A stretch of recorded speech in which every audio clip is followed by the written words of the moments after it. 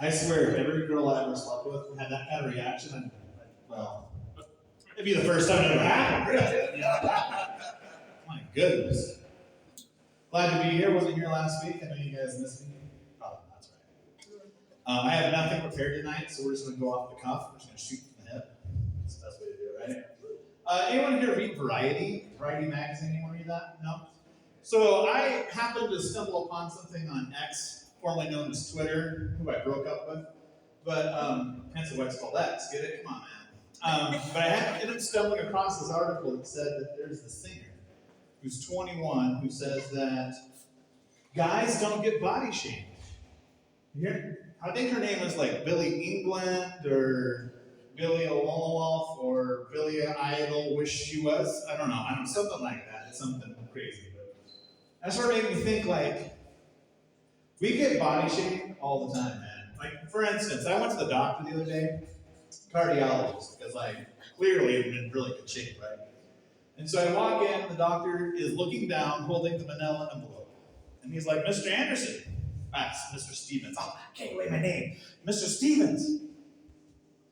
I see it's like, and I've never met this guy before a day in my life. And he walks in and he's like, Mr. Stevens, oh my Lord, you're a very large man. I'm like, nice to meet you too, Doc. Like, you're very skinny and your skin's actually kind of nice. Do you use L'Oreal? Is that what that's going on there? And what do you use in your hair? Because I could use some of that too. And so he's like sitting there going over this list of things that is wrong with me. He's like, your bad cholesterol's high. Well, it's because you're fat. I'm like, yeah, we've already covered that, you know. Then he's like, your good cholesterol's low. And I'm like, tell me something I don't already know, right? And so I feel so good about that. I go to Donut Land and eat 6 donuts because that's how I manage my feelings, right? Like, come on, man, that's how that goes. And it's like, we get talked about, like, the weird ways that guys get shamed. Like, is there really a point in every single Marvel movie that everyone has to take their shirt off and remind me I don't have a six-pack? Like, I'm like fat Thor, right? Like Chris Hemsworth, what the frick, man? Like, it's just, I'm here for 2 hours to try and avoid my problems, and you're reminding me I didn't do a push-up today. I mean, I had a push-up, but I walked by the freezer and grabbed one out of there, right? Like, come on, like, it's just these ways. And then, like, if you're a white guy who's dating a girl who just dated a black guy, there's some unreal expectations that are advanced. You know what I mean? Like, there's no way I can compete with that, man. I mean, I've already stated I use a thimble for a condom. Like, come on, that's true. The thimble falls off, and then I have to go get the Monopoly board to get the dog to go in after the thimble. Like, go on, boy, it's gonna taste good. I promise. At least it's not ass. Go get it. It's gonna be fine. It's gonna be fine. It's gonna be fine. I mean, it's just like porn sets unreal expectations. Like, every time I've ever gone to someone to drop off their packages, they ever met me in the road going, hey, big boy, how you doing? I'm like, first of all, my self-esteem is so bad. Did you call me big boy because I'm fat or because you think that I'm packing? Because, well, one of those is true. The other one is not. We've already covered that. I'm like, come on, man. And this is, I mean, he was talking about earlier, Tom was saying, like, you know, the one thing is you're always surprised when that person, you had that sex that someone you never thought you got to. That is how it is for every single time I've had sex. It's been a surprise every single time. Like, she's like, you want to go to bed? Wait, with me? Wait, is Jim Carrey standing behind me or Chris Hemsworth? Chris Hemsworth, where are you? I need a stunt double. Where are you? Ventures Annihilate. Like, whatever. Like, no, it's been a surprise every single time. Every single time. I'm always surprised. I'm like, man, you're in for the worst 30 seconds of your life. I'm just saying. I mean, it's gonna be good for me, and you're gonna go, you know.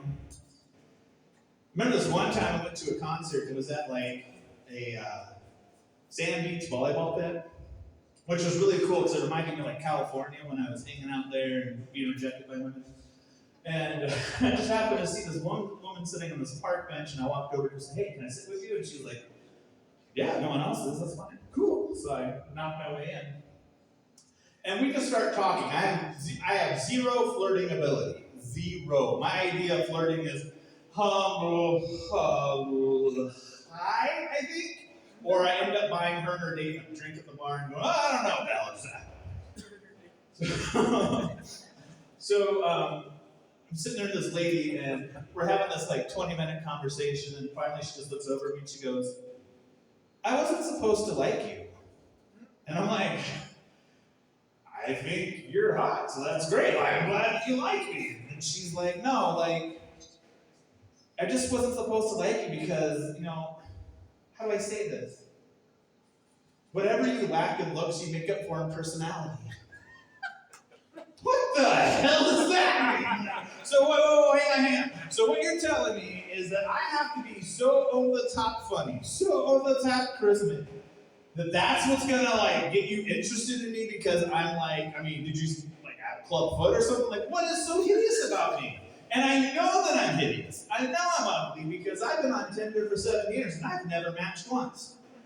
And yet I've seen the same 100 girls over and over again. And I've done that whole say yes to everyone thing, which means that I know that they've seen me multiple times and they keep going, no, I'm not that desperate. Screw you. And I'm like, I really wish you would. Come on. It's been so long, my virginity's grown completely back. Like, you gotta brush the every time I pee, brush the cobwebs off. Like, come on, man. It's been so long, the rules have probably changed, right? Like, instead of going for, like, the vagina, it's not like the elbow or something. I don't know. Nostrils. I don't know, man. It's so weird. God, we get shamed in weird ways, man. Like, my video games shame me now. Yeah, that's right. I play video games. I know it's a prize for this body form. Get over it. But it's like, anyone play Red Dead Redemption? Anyone? Yeah. All right, so those of you who don't know, it's a cowboy game. So in the Old West, where money is like hard to find, like if you have a quarter, you're rich. You could buy a mansion for a quarter, I think. Arthur Morgan is your main character, and he has like $5,000 in the bank. And I'm like, how sad is it that this cowboy, who's fictional, has like $5,000 more than I do, right? Like this is not funny anymore. Rockstar Games, I hate you. Just go back and make energy drinks, why don't you, please? I did have a girlfriend once. This is one of my favorite body shaming stories. I know this surprises you. I wrote a book about my dating life. It's really that bad. It's called Cupid Hates Me. It's available on Amazon. You can buy it. Shameless plug. It was on sale. It's on sale for like $17 from the original price of $28 because it's it's crap, right? Let's be honest. It was my first book I did. But so I had a girlfriend. And she decided to take me to a WWE event. Now, I know that's kind of nerdy, and that's fine. I have a small passion for it, it's fine. But the main event that night was Triple H versus Randy Orton versus The Big Show. Now, if I lost anyone here, we're going to go through this line. That's a good show. The Big Show walks out. He is 7 feet tall. Well, last time I saw him on Conan O'Brien, he was talking about how much Chinese it takes to fill him up. He was like a quart here, quart there, quart there. I'm like, dude, my car doesn't take that many quarts. What is going on here? Like, you are shaming my car right now. How dare you, sir? And then I started thinking about it. He's 7 feet tall. Man, I feel bad for his wife. Could you imagine, like, she's walking like this for weeks after they do their stuff, right? He's like, I have kids. I'm like, no, you don't. You have, like, mentors or something. Like, what is that? But Big Show, as good as he is, nice he is, pleasant, he's not overly attractive. He's like me, but richer and sexier, right? Just, a little skinnier too, probably. So I'll watch Triple H. Now, Triple H is this guy with long hair, but his hair is not balding like mine, so it was like full. Like, he looked like Sebastian Bach on steroids. Like, that's what it looked like, And he walks to the ring, and he's got these muscles and this towel thing. He's carrying a bottle of water, right? And he always stood in front of the ring, and he'd take the water, and he'd take a drink, and he'd throw it off to the side. And he'd look at the crowd, and he'd go, because apparently he wanted to be a whale or something. I don't know what that was all about, but it would shoot into the air, and then he'd look at you, and he'd go, just so you get that cover of like spit and snot and all that. And like, oh my God, it touched me, I'm gonna be sexy now. And then he'd get up into the corner, and he'd do on the knees, ugh. And next to me, I hear the words that every man wants to hear. Oh my God. And I slowly look over at her, and it's like a bulldog drooling over a tree, right? Her saliva is just hanging all the way down. And I'm like, I am sitting right here. She's like, but come on. I'm like, yeah, I know. I could look like that too if I did HGH and ate ramen noodles or something. Like, come on. Could be me. Said, you're sleeping on the couch tonight. So we get home and I make the couch for myself so I can go to sleep. And the last guy to come out was Randy Orton, and he comes out, and I remember this to the moment because I was like, oh, you think he's sexy? Wait till the next guy comes out. And I was like, oh, yeah, I heard it. I just called myself gay. Yeah, that's fine. So, but anyway, that's my story about how we all get shamed, and they just gave me the light. So I'm going to get out of here. You guys have been great. Thank you very much. And have a good night.